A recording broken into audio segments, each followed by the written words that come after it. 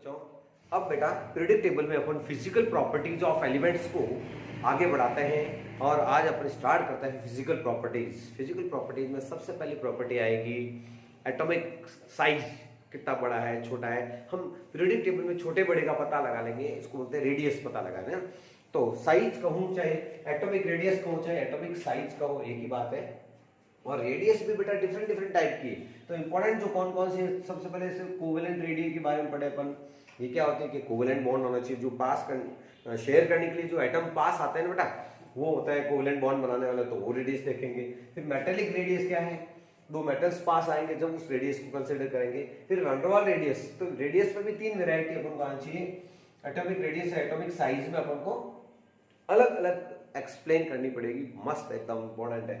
और अब होती क्या है, what is the size of atom, size of atom या व्हाट इज द रेडियस, तो बहुत अच्छे से पता है सबको कि बच्चों सबसे बड़ी बात है कि रेडियस ऑफ एटम डिसाइड करना होना तो एक इजी काम नहीं है, आसान काम नहीं है। ये तो ऐसे थोड़ी है कि भैया जी ये कोई फिक्स सर्किल हो गया और ये न्यूक्लियस डिस्टेंस, मैथ्स में तो आपके ये रेडिएशन होती है, फिक्स सर्किल होता है, यहाँ फिक्स सर्किल नहीं है। तो एक क्वेश्चन आता है कि why the size of atom या radius of atom not decide by the A single atom. कभी अकेले एटम से आप साइज नहीं निकाल सकते। क्यों बेटा, क्योंकि ये बाउंड्री, ये तो सर्किल में तो फिक्स है, लेकिन अपन ने पढ़ा है एटम में क्या होता है, there is a probability of finding electron. ये देखो इलेक्ट्रॉन केवल प्रोबेबिलिटी है, पाए जाने की संभावना है, क्लाउड है, क्या है, फिक्स नहीं है। एक बाउंड्री फिक्स नहीं है, और जब फिक्स नहीं है तो आप ये फिक्स थोड़ी निकाल सकते हैं। तो आपसे क्वेश्चन पूछा जाएगा कि एटॉमिक रेडियस निकालने के लिए सिंगल एटम लिया जा सकता है क्या, तो कहना नहीं। क्यों, क्योंकि इलेक्ट्रॉन की प्रोबेबिलिटी होती है, इलेक्ट्रॉन अनसर्टेन रहता है। वो पढ़ा था हाइजेनबर्ग अनसर्टेनिटी प्रिंसिपल कि न्यूक्लियस के चारों तरफ इलेक्ट्रॉन की पोजीशन फिक्स नहीं है प्यारे बच्चों। तो it is the only probability. और बच्चों जो प्रोबेबल है तो साइंस तो फिर मांगते भी एक्यूरेसी का आएगी, ठीक है ना, एक्यूरेट वैल्यू नहीं आएगी, ठीक है ना। तो एक्यूरेट वैल्यू निकालने के लिए आपको क्या लेना पड़ेगा बेटा, दो नियर बाय एटम लेने पड़ेंगे। क्या, दो नजदीक दो एटम जो पास पास आ गए, शेयर करने के लिए जितने पास आ गए, और इनके न्यूक्लियस की डिस्टेंस लेनी पड़ेगी। इस डिस्टेंस को अपन केमिस्ट्री में क्या कहते हैं बच्चों, बॉन्ड लेंथ। दो एटम के न्यूक्लियस को मिलाने वाले डिस्टेंस का तो नाम है बॉन्ड लेंथ। और इस बॉन्ड लेंथ का हाफ, ये जो हाफ है बेटा, ये यहां से लगाकर, ये है आपके सीआर। सीआर का मतलब है कोवेलेंट रेडियस। क्या होती है, कोवेलेंट एटम रेडियस। तो ये होती है रेडियस, यानी कहने का मतलब है अकेले एटम से कभी भी रेडियस नहीं निकाल सकते प्यारे बच्चों।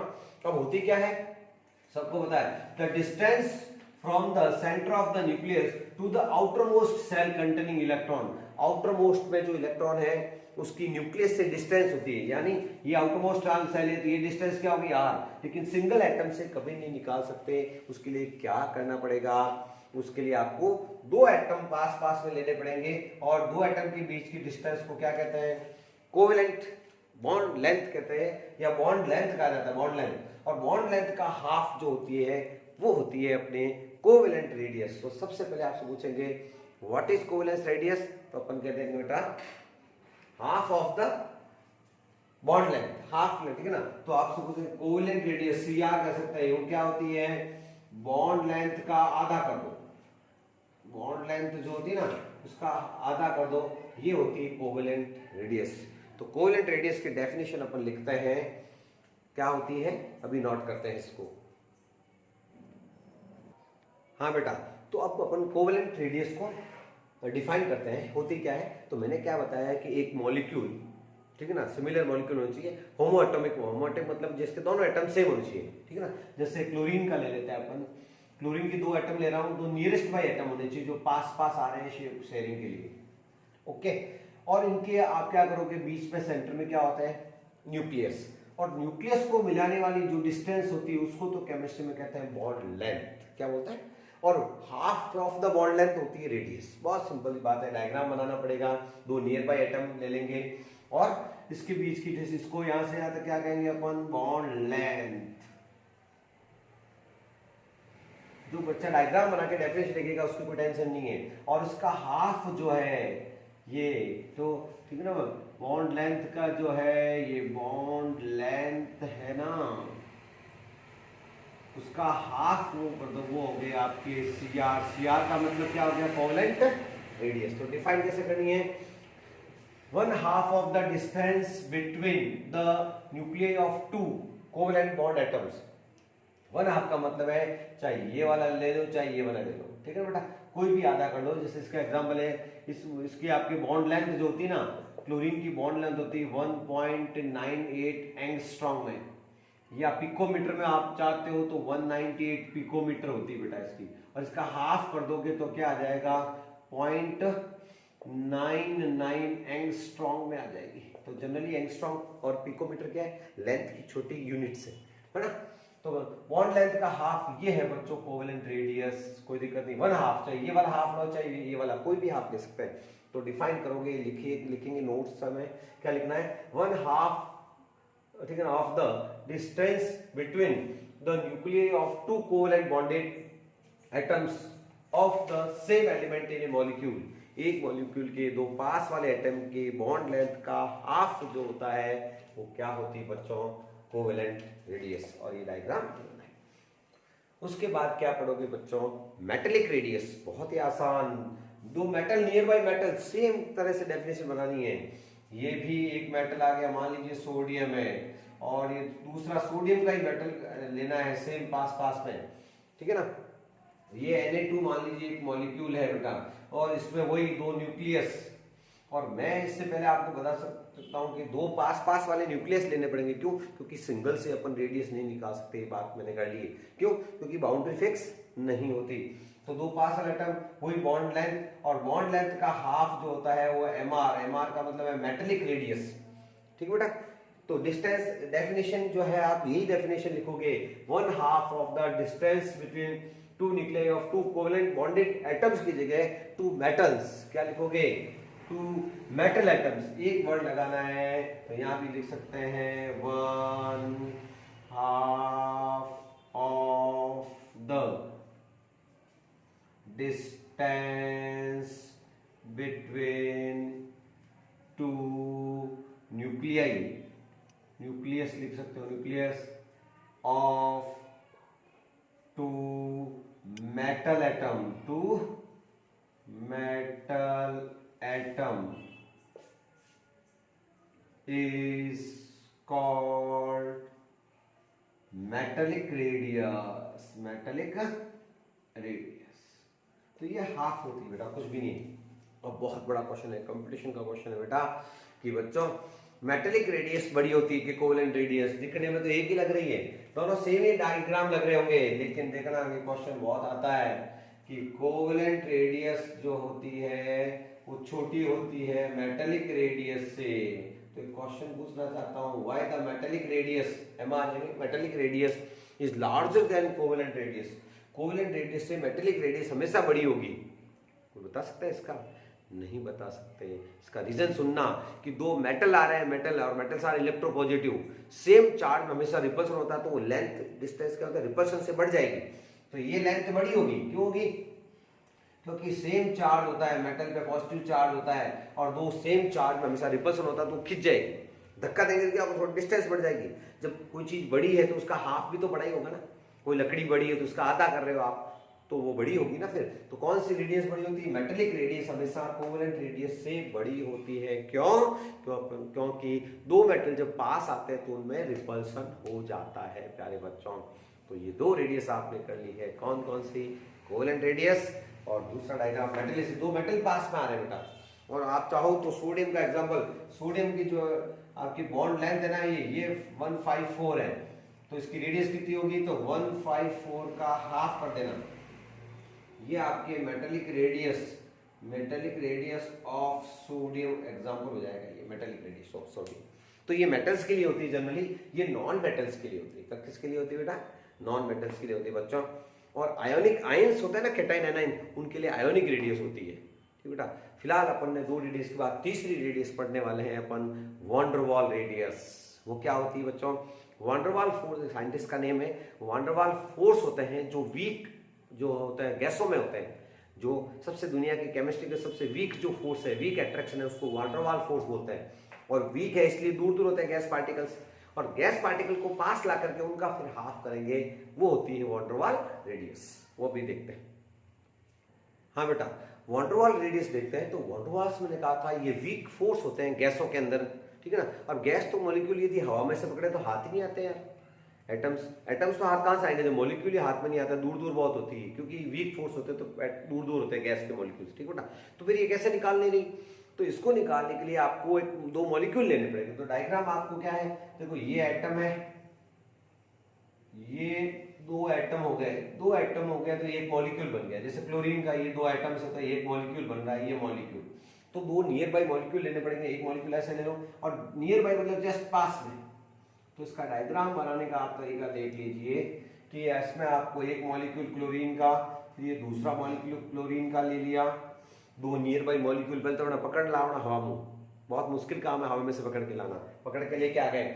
अब वही चीज है, दो नियर बाय एटम लेना है, ये लो नियर बाय एटम, उसकी बॉन्ड बीच की जो है डिस्टेंस बॉन्ड लेंथ, और बॉन्ड लेंथ का हाफ ये होती है वान डेर वाल रेडियस। तो फिर क्या फर्क है, अरे फर्क की ना कुछ नहीं है, लेकिन मॉलिक्यूल्स लेने पड़ते हैं, क्योंकि ये सबसे वीक फोर्स होता है केमिस्ट्री का। वीक फोर्सेज होते हैं गैसों में होते हैं इसका, और साइंटिस्ट के नेम के साथ वान डेर वाल फोर्स बोलते हैं, और रेडियस का नाम रख दिया वान डेर वाल रेडियस। तो डिफरेंस डेफिनेशन क्या है, डायग्राम बनाएंगे फिर डेफिनेशन लिख देंगे। क्या है definition, 1/2 the distance between two nuclei of two identical non bonded isolated, ये बॉन्डेड कहाँ होंगे, वीक फोर्स है तो non bonded isolated atoms, isolate मतलब अलग से पड़े हुए atoms, in a molecule called van der वाल रेडियस। तो दो मॉलिक्यूल के पास, ठीक बेटा। और ये रेडियस जो होती है वान डेर वाल रेडियस, इसकी जो बॉन्ड लेंथ है बहुत ज्यादा आती है, Cl के लिए, क्लोरीन के लिए 360 पिकोमीटर आती है, और half of the bond length हो गया, half of the bond length, तो ये काफी बड़ी आ रही, देखो 180 पिकोमीटर का, ठीक है ना। और अभी अभी अपन ने वो पढ़ी थी, ये वाली रेडियस कौन सी होती है, ये वाली दो पास वाले न्यूक्लियस, इसको ये होती है कोवेलेंट रेडियस। तो कोवेलेंट रेडियस कितनी थी इसकी, क्लोरीन की, Cr मतलब कोवेलेंट रेडियस फॉर क्लोरीन कितनी थी कि 198 पिकोमीटर बाय हाफ, है ना। तो ये 99 पिकोमीटर ही थी। तो देखो काफी बड़ी आती है लेंथ, क्योंकि जब हाफ ही बड़ा है ना बेटा, बड़ी डंडी होगी तो आधा तो बड़े आएगा। तो बहुत बड़ा क्वेश्चन है कि वान डेर वाल रेडियस सबसे बड़ी रेडियस होती है, तो ये आना चाहिए सबसे बड़ी रेडियस। तो पहली कौन सी थी, सबसे छोटी तो होती covalent radius, Cr covalent radius, फिर मेटेलिक रेडियस उससे बड़ी, और सबसे बड़ी होती है वान डेर वाल रेडियस। ये आना चाहिए। इंक्रीजिंग ऑर्डर ऑफ रेडियस में जमाना हो, इंक्रीजिंग ऑर्डर ऑफ रेडियस में जमाना हो तो आपको सबसे बड़ी रेडियस कौन सी, Vr वान डेर वाल रेडियस। क्यों, तो सीधा कहना कि वीक फोर्सेज होते हैं तो गैसों में सबसे वीक होते हैं, तो दूरी ज्यादा होती है, तो बॉन्ड लेंथ ज्यादा होगी तो उसका हाफ भी तो बड़ा ही आएगा। और एग्जांपल भी क्लोरीन के लिए वान डेर वाल रेडियस कितनी होती है, 160 पिकोमीटर। तो समझने के लिए, बाकी कोई बड़ी बात नहीं है। कहाँ तो 99 है और कहाँ 180 है। नॉन मेटल्स में जनरली ये अपन इसको कंसिडर करते हैं। अब होती है आयोनिक, आयंस जो होते हैं उसकी रेडियस भी देखते हैं। कैटाइन हमेशा छोटा होता है, क्यों भाई, कैटाइन अपने न्यूट्रल से छोटा होता है, एनाइन बड़ा हो जाता है, क्योंकि कैटाइन इलेक्ट्रॉन लूज करने से फिर बनता है तो छोटा हो जाता है बेचारा, न्यूक्लियर चार्ज कम हो जाता है। एनाइन हमेशा बड़ा होता है। तो वो सब बातें किसमें आती है बेटा, आयनिक रेडियस में आती है। और एक पढ़ेंगे अपन आइसो इलेक्ट्रॉनिक सीरीज पढ़ते हैं। हाँ बेटा, अब तक तो वो पढ़ा था वो कोवेलेंट रेडियस थी, अब ये आयोनिक रेडियस, ये होती कैटाइन एनाइन की। तो आयंस पहले तो बनते कैसे, कि जब इलेक्ट्रॉन लूज कर देता है तो वो बनता है कैटाइन, और कोई इलेक्ट्रॉन गेन कर लेता है तो बनता है एनाइन। तो कैटाइन और एनाइन का जो डिस्टेंस है, उनका जो बाहर का क्लाउड है न्यूक्लियस से लगाकर, वो उनकी रेडियस होती है सिंपल। और कैटाइन और एनाइन की रेडियस जो है उसकी अपन बात कर लेते हैं। तो डेफिनेशन क्या है, effective distance from the centre of nucleus, centre of nucleus मतलब न्यूक्लियस से सेंटर ले लो, फिर बाहर का क्लाउड ले लो, centre of the nucleus of the ion up to electronic cloud, बाहर के इलेक्ट्रॉनिक क्लाउड तक, वही हो गया आपके वही सेंटर और क्लाउड इलेक्ट्रॉन का वहां तक की डिस्टेंस। तो प्यारे बच्चों, अब दो क्वेश्चन बहुत ज्यादा इंपॉर्टेंट है, हमेशा एग्जाम में आते हैं, 9 से आ रहे हैं। पहला नोट पॉइंट लगा दियो, ये नोट पॉइंट दोनों ही क्वेश्चंस हैं, दोनों एग्जाम में आते हैं। क्या है question, the radius of the cation always smaller than the parent neutral atom, समझ लीजिए क्या है कि हमेशा कैटाइन छोटा होता है। कैसे कि सोडियम, भाई साहब देखो आपने छोटी क्लासों में पढ़ा है, सोडियम का इलेक्ट्रॉन, और ये तो होता है इसका एटॉमिक नंबर 11, और ये Na+, तो बच्चों को कहते हैं कौन छोटा होता है, कैटाइन लूज इलेक्ट्रॉन लूज कर देता है, छोटा हो जाता है, ठीक ना। तो हमेशा the radius of cation is always smaller, ये छोटा है ये बड़ा है, तो बड़ा कौन ये। अब सोडियम न्यूट्रल बड़ा होता है, कैटाइन हमेशा छोटा था, क्यों, क्योंकि इलेक्ट्रॉन लूज कर देता है। और छोटी क्लासों में बच्चों कैसे बताते हैं कि देखो बच्चों इसका तो कॉन्फिगरेशन होता है 2 8 1, तो इसका लास्ट सेल चला जाएगा, इसमें सेल कितने हैं कि 1 2 और 3, लास्ट सेल में 1 इलेक्ट्रॉन है, फर्स्ट सेल में इसमें 2 घूम रहे हैं, है ना, यहाँ 8 घूम रहे हैं इलेक्ट्रॉन। तो बेटा ये इलेक्ट्रॉन करने के बाद इलेक्ट्रॉन लूज कर देगा एक इलेक्ट्रॉन, Na जब एक इलेक्ट्रॉन लूज कर देता है तो Na+ बना लेता है, और उसका 2 8 हो जाता है कॉन्फिगरेशन, क्या हो जाता है 2 8, तो ये लास्ट सेल खत्म हो जाती है इसकी, है ना। तो इसका मतलब ये बड़ा हो गया। लेकिन सही बात और इजी देखा जाए तो होगा क्या कि इसमें आप बताओ मुझे, प्रोटॉन 11 है और इसमें भी प्रोटॉन तो 11 ही है, लेकिन इलेक्ट्रॉन तो 10 ही है ना। तो न्यूक्लियर में तो आपके देखना, ध्यान देना इधर, ये सिंपल समझने वाली बात है कि यहाँ तो 11 जने हैं और बाहर 10 जने ही है, 1 2 3 4 5 6 7 8 9 10, ये अंदर तो 11, खींचने वाले 11 जने, 11 का मतलब 11+ है बेटा, क्योंकि प्रोटॉन किसको बोलते हैं प्लस चार्ज, और बाहर जो है 10 नहीं, 11 आदमी को 10 को संभाल लेगा, तो न्यूक्लियर पावर बढ़ जाता 1 यूनिट। न्यूक्लियर जब पावरफुल होगा तो खींच लेगा वो और साइज छोटी हो जाएगी। तो हमेशा कैटाइन क्या होता है, छोटा। तो इन दोनों में से छोटा कौन है, ये छोटा है। आपसे पूछेंगे भैया जी Fe+2 Fe+3 सबसे छोटा कौन, ये 3 इलेक्ट्रॉन लूज कर रहा है, ये 2 कर रहा है, तो इलेक्ट्रॉन लूज करने पर हमेशा छोटा हो जाता है, क्यों, तो एक आंसर लिख देना, nuclear charge become increase, simple है ना। तो सबसे बड़ा कौन है ये, उसके बाद छोटा, सबसे छोटा ये। तो जितना ज्यादा केमिस्ट्री में पॉजिटिव चार्ज आ जाता है किसी आयन पर, किसी मेटल पर, वो उतना ही छोटा हो जाता है। तो कैटाइन हमेशा क्या होता है, स्मॉल। तो आंसर क्या होगा, due to increase in nuclear charge. Second question क्या आता है, the radius of the anion is always larger. Anion हमेशा अपने न्यूट्रल से बड़ा हो जाता है। कैसे, समझ लेते हैं बेटा।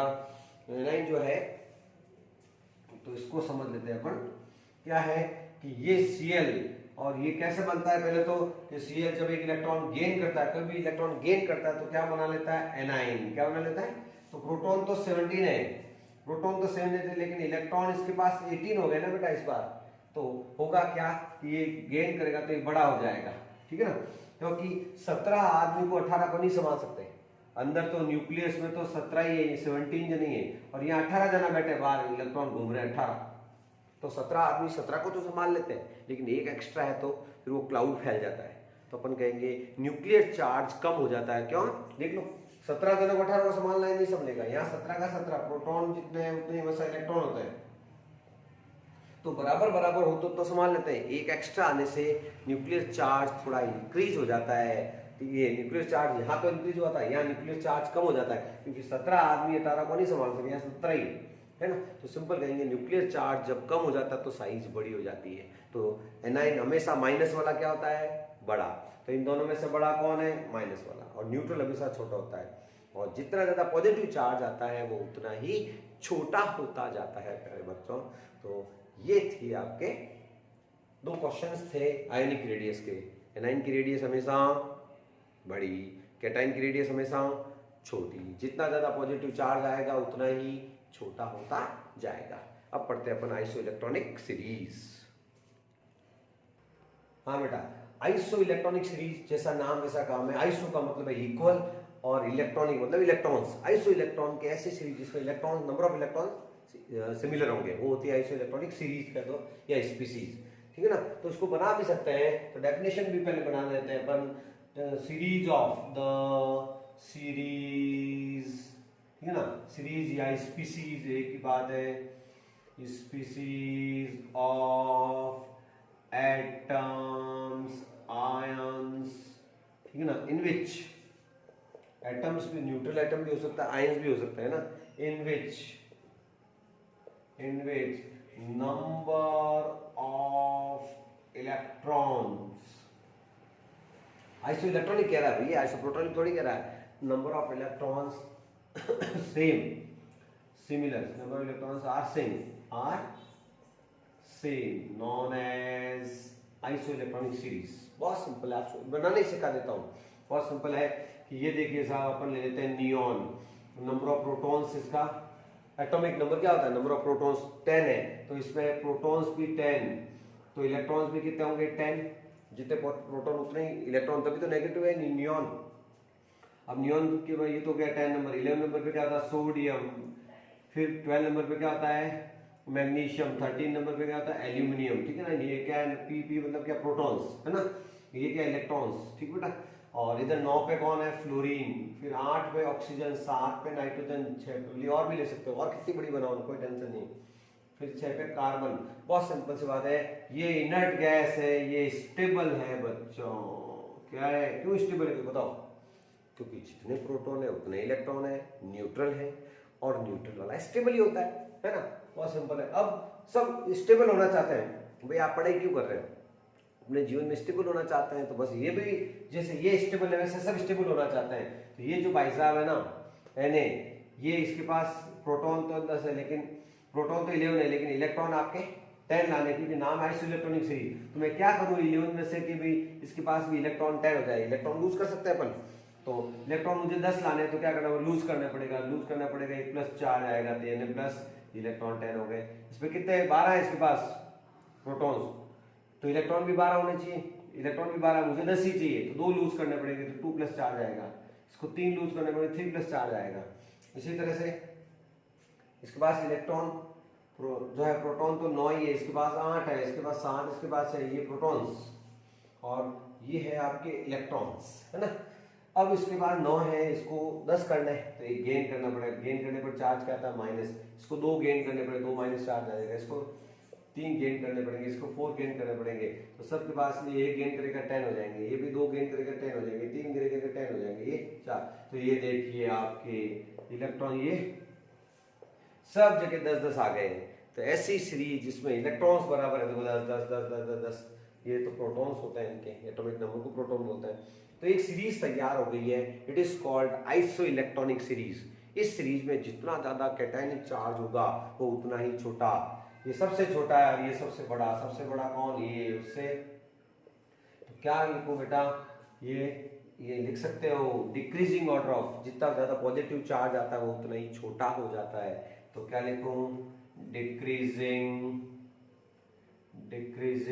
ऑर्डर ऑफ साइज, ये बच्चों साइज कहो फिर, या फिर कह सकते हैं आयनिक रेडियस।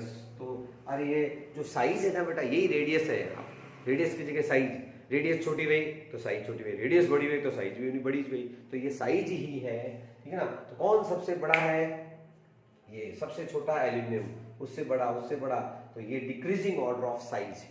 तो आपको ये क्वेश्चन कंफर्म आता है कि एक आप डिक्रीजिंग ऑर्डर इंक्रीजिंग ऑर्डर में आपको जमाना पूछेंगे, तो आप आराम से इसके डिक्रीजिंग ऑर्डर और इंक्रीजिंग ऑर्डर लिख सकते हैं। अब अपन पढ़ लेते हैं factor affecting radius. Periodic table में इसकी पीरियोडिसिटी पढ़ लेते हैं बेटा, उससे पहले फैक्टर्स पढ़ने पड़ेंगे कि साइज को कौन कौन से फैक्टर इफेक्ट करते हैं। तो फैक्टर अफेक्टिंग में 2 फैक्टर मेन है, एक तो होता है इफेक्टिव न्यूक्लियर चार्ज और एक होता है शील्डिंग इफेक्ट। क्या होता है, तो हेडिंग क्या डालना है, factor affecting size, factor affecting radius, factors affecting size, size कहो चाहे क्या कहो रेडियस, उसको इफेक्ट करने वाले 2 है बेटा। पहला है E.NC, ENC की फुल फॉर्म है effective nuclear charge, effective nuclear charge, इसको ENC बोलेंगे शॉर्ट में। इसको जेड एटॉमिक नंबर को जेड भी कहते हैं, तो जेड इफेक्टिव, तो यहाँ जेड EFF का मतलब क्या है इफेक्टिव, ये कहीं लिखा हुआ है समझ जाना, ये न्यूक्लियर चार्ज को दिखाता है। तो डेफिनेशन क्या है बेटा, बहुत सिंपल समझ लो, पहले खुद ही लिख लोगे कि ये है न्यूक्लियस भाई साहब। न्यूक्लियस में नंबर ऑफ प्रोटॉन्स कहाँ रहते हैं, न्यूक्लियस में और बाहर क्या घूमता है, इलेक्ट्रॉन्स प्लस माइनस को क्या करता है, खींचता है। और वास्तव में ये जो प्रोटॉन्स है, ये प्लस चार्ज है, इसको कितना खींच रहा है, इसको कहते हैं न्यूक्लियर चार्ज। जितना ज्यादा अंदर प्रोटॉनिक चार्ज होगा इलेक्ट्रॉन को खींचेगा। तो और बीच बीच में क्या होता है कि दूसरे सेल्स भी आ जाते हैं। ये दूसरे सेल्स बदमाश होते हैं, ये आउटर मोस्ट पे अट्रैक्शन को कम करते हैं, ठीक है ना। तो इफेक्टिव कितना रहेगा कि बीच में जो अपने आधा आ रही रुकावट आ रही उसको गैर लेस कर लो, तो वो होता है आपके शील्डिंग इफेक्ट। ये बीच बीच में आ रहा है ना, कवर कर रहा है न्यूक्लियस को, बेचारे को कवर कर रहा है, तो वो दूसरा इफेक्ट है, उसका नाम है शील्डिंग इफेक्ट। इसका क्या नाम बेटा, दूसरा फैक्टर है शील्डिंग इफेक्ट। शील्डिंग इफेक्ट कहो बच्चों, चाहे इसको अपन कहते हैं स्क्रीनिंग इफेक्ट।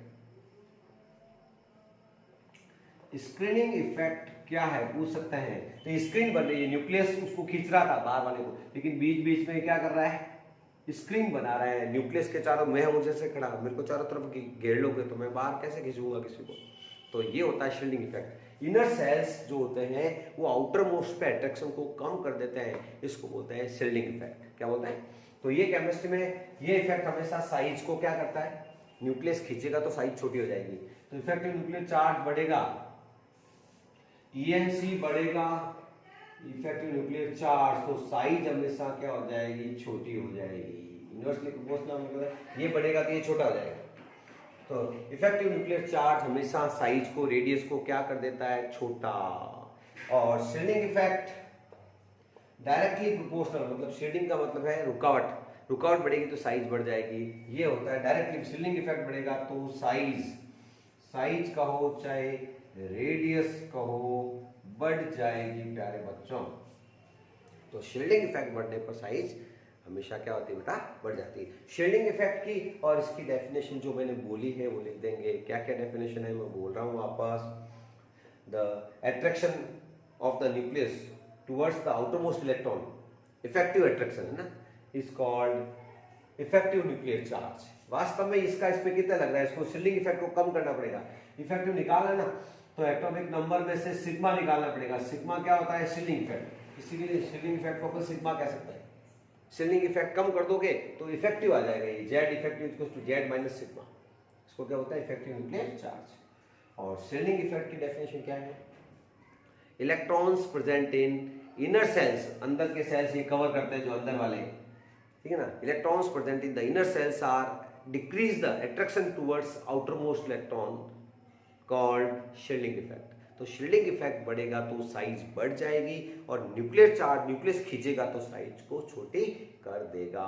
ये दोनों फैक्टर्स यदि आपको आते हैं तो अब अपन क्या पढ़ सकते हैं, पीरियोडिसिटी। पीरियोडिक टेबल में अपन लेफ्ट टू राइट जाएंगे और ग्रुप में अपन टॉप टू बॉटम जाएंगे, तो रेडियस में क्या चेंजेस आएंगे वो हम देख लेते हैं। पीरियोडिसिटी, हाँ बच्चों, अब बेटा अब अपन इसकी पीरियोडिसिटी देख लेते हैं। पीरियोडिसिटी का मतलब क्या होता है पता है, पीरियोडिसिटी का मतलब है कि पीरियोडिक टेबल में अपन लेफ्ट टू राइट जाते हैं, और या ऊपर से नीचे जाते हैं ग्रुप्स में, तो और पीरियड में अपन लेफ्ट टू राइट जाते हैं, तो क्या चेंजेस आते हैं, आपको छोटा कौन बड़ा कौन ये सब पता चलने लग जाएगा अब। तो पीरियडिक टेबल की पीरियोडिसिटी बताने के लिए दो लाइनें खींच दो।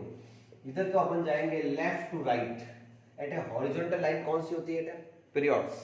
तो आप पीरियड्स में तो हमेशा कैसे जाओगे, पीरियड्स ऐसे लेफ्ट टू राइट, और टॉप टू बॉटम क्या जाते हो, या टॉप और ये बॉटम। टॉप टू बॉटम कौन होता है, ग्रुप्स। ग्रुप्स कैसे, ऐसे है ना, और लेफ्ट टू राइट अपने होते हैं पीरियड्स। तो बहुत चेंजेस क्या आता है, बहुत आसान। तो होता क्या है कि लेफ्ट टू राइट जाते हो तो हमेशा साइज डिक्रीज होती है। साइज कहूं, अब बच्चों साइज कहो, रेडियस को साइज कहो चाहे रेडियस कहो, atomic ionic radius decreases. Why, तो उसका रीजन क्या है बेटा, कि हमेशा सेल तो वही रहता है, सेल तो वही है, लेकिन यहाँ प्रोटॉन से एक बढ़ रहा है, एटॉमिक नंबर 1 तो यहाँ इलेक्ट्रॉन बढ़ रहा है, यहाँ एटॉमिक नंबर 2 तो यहाँ इलेक्ट्रॉन बढ़ रहा है। तो क्या होता है, सेल तो वही है, सेल वही है, लेकिन अंदर न्यूक्लियर पावर बढ़ता जा रहा है। जब न्यूक्लियर पावर बढ़ेगा तो क्या होगा बताओ मुझे, ये न्यूक्लियस खींचेगा, न्यूक्लियर चार्ज बढ़ता है तो साइज छोटी हो जाती है। तो अपन कहेंगे size decrease, size left to right जा रहा है, ये लेफ्ट हो गया ये राइट हो गया, साइज क्या होती है, डिक्रीजिंग ऑर्डर है, डिक्रीज, ठीक है ना। आंसर पूछे क्यों, due to increase effective nuclear charge. Nuclear charge बढ़ता जाता है, सेल वही रहता है, इसलिए न्यूक्लियर चार्ज इंक्रीज होता जाता है, इसलिए साइज क्या हो जाती है बेटा, हमेशा छोटी होती है। कब लेफ्ट टू राइट जाते हो तो। लेकिन लास्ट में जो इनर्ट गैसेज है, इनर्ट गैसेज में क्या होती है कि जो है मोनोएटॉमिक होती है, वो अट्रैक्शन कुछ होता ही नहीं, बनती नहीं, फ्री रहती है, तो फ्री रहती है, तो लास्ट ग्रुप एक्सेप्शन है। इनर्ट गैस जो होती है ना बेटा, इनर्ट गैस की रेडियस बड़ी हो जाती है, क्यों? कि उनमें वीक फोर्सेज होते हैं, वो वांडरवाल रेडियस होती है, तो आपको पता ही है वो बड़ी हो जाती है। तो लास्ट में यूं नहीं कि इधर से डिक्रीज होती है, सबसे छोटा इनर्ट गैस छोटी होती है, नहीं, इनर्ट गैसेज की साइज थोड़ी सी बड़ी हो जाती है ड्यू टू इनर्ट, ठीक है ना। तो इसकी प्रॉपर्टी अलग है। 17 ग्रुप तक आपकी साइज कम होती जाएगी। तो पीरियोडिक टेबल में छोटे कौन होते हैं? हमेशा राइट साइड में जो है वो छोटे, लेफ्ट से में बड़े होते हैं, बड़े से छोटे होते जाते हैं इधर, ठीक है ना। तो मेटल्स छोटे होते हैं, नॉन मेटल्स बड़े होते हैं, ध्यान रखना। अब आते हैं ग्रुप्स की बात करते हैं। टॉप टू बॉटम जाते हो, ऊपर से नीचे जाते हो ग्रुप में, ऊपर से नीचे जाते हो तो साइज क्या हो जाती है? इंक्रीज। साइज क्यों बढ़ जाती है बेटा? एटॉमिक न्यूक्लियर चार्ज तो इतना नहीं बढ़ता है, तो उसका रीजन क्या है कि सेल्स बढ़ जाते हैं। देखिए इसमें तो सेल एक ही है, लेकिन जब ऊपर से नीचे जाते हो तो देखना एक सेल बढ़ा, एक पीरियड, दूसरा पीरियड हो जाए तो 2 पीरियड सेल हो जाएगी, तीसरे पीरियड में 3 पीरियड, चौथे पीरियड में 4। तो अपन कहेंगे नंबर ऑफ सेल्स इंक्रीज। ऊपर से नीचे जाते हैं तो क्या लिखना है? साइज इंक्रीज, क्योंकि number of shells increase. Orbit बढ़ जाते हैं ना भैया, तो ऊपर से नीचे जाते हैं, ग्रुप में हमेशा साइज बढ़ती है। तो सबसे बड़ा कौन है बताओ? आपको कह दूं कि मैं यहाँ ऊपर से नीचे ये ले रहा हूँ, ये लिथिलीना की रबड़ी सस्ती, सबसे बड़ा कौन है? सीजियम। इधर से जाओगे तो ये छोटे होते जाते हैं, इधर बड़े होते जाते हैं। तो आराम से ऊपर से नीचे जाते हैं तो बड़े साइज बढ़ती है, क्योंकि नंबर ऑफ सेल्स बढ़ते जाते हैं। और लेफ्ट टू राइट जाओगे तो साइज हमेशा कम होगी। पीरियोडिक टेबल के राइट वाले हमेशा छोटे होंगे, लेफ्ट वाले बड़े। और टॉप टू बॉटम जाओगे तो हमेशा साइज बढ़ेगी, क्योंकि नंबर ऑफ सेल्स बढ़ता है। It is called periodicity, periodic table में चेंज। तो लिखना क्या है एग्जाम में, या आपके नोट्स में क्या लिखना है? व्हेन वी मूव मतलब जाना, move from left to right size decreases because nuclear charge increases, या effective nuclear charge increases while in groups when we goes from, we have moved from top to bottom, size become increase due to number of cells increase. It is called periodicity of the, periodicity of the size. तो प्यारे बच्चों, इस तरह से ये आज का अपनी क्लास यहाँ खत्म होती है वीडियो। नेक्स्ट फिजिकल प्रॉपर्टी लेंगे अपन आयोनाइजेशन एंथैल्पी। साइज खत्म हो गई है बच्चों, तो बहुत ही शानदार इंटरेस्टिंग टॉपिक आ रहा है आयोनाइजेशन एंथैल्पी। फिर क्या पढ़ोगे? Electron gain enthalpy. और लास्ट चैप्टर भी खत्म हो जाएगा फिर, तो उसका नाम है इलेक्ट्रोनेगेटिविटी। तो ये चीजें पढ़नी